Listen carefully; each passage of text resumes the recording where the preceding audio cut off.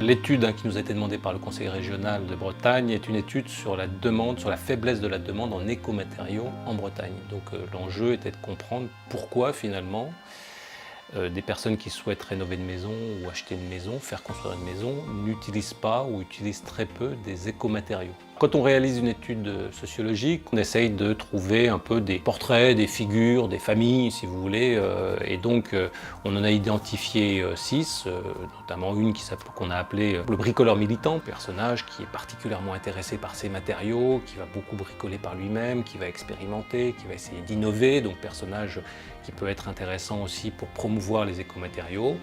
Un deuxième qui est assez sensiblement différent, qu'on a appelé les sensibles, donc qui sont sensibles aux questions qui peuvent toucher à l'environnement, à la santé. C'est très fort la question qui touche à la santé, et plus particulièrement la question de la pollution de l'air, ça c'est la qualité de l'air. Certains, à l'extrême, n'attendent pas grand-chose, ils attendent qu'une seule chose, c'est que ça soit au même prix que les autres matériaux, et qu'à la limite, le constructeur ou l'artisan fasse des choix à sa place. On a une palette de sensibilités qui peuvent être différentes. Donc ce qui veut dire que si on veut promouvoir un écomatériau en direction d'une cible, il faut évidemment ajuster à cette cible-là l'argumentaire commercial qu'on va développer.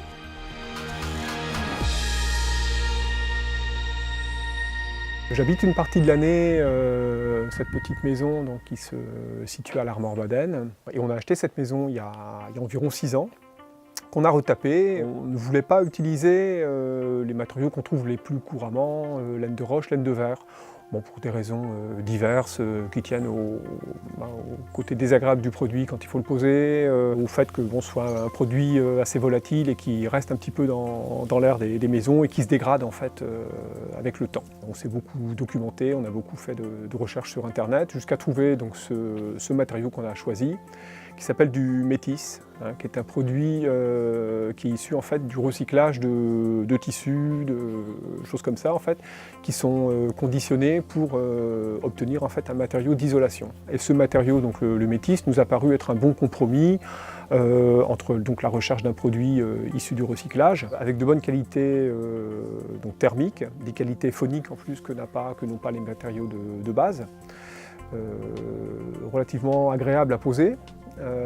Et donc avec un coût un peu intermédiaire entre le moins cher et le plus cher. Donc on ne regrette absolument pas notre choix, on en est satisfait. Bon, c'est vrai que ce matériau maintenant il est masqué, on ne le voit plus, hein, mais c'est vrai que la maison dans laquelle on passe donc une partie de l'année s'y sent bien, elle nous paraît tout à fait saine. Les qualités thermiques du produit nous apparaissent totalement. On chauffe très très facilement cette maison qui est chauffée uniquement par un poêle à bois. Le matériau a aussi des qualités acoustiques comme je le disais, et ça aussi on l'apprécie en fait.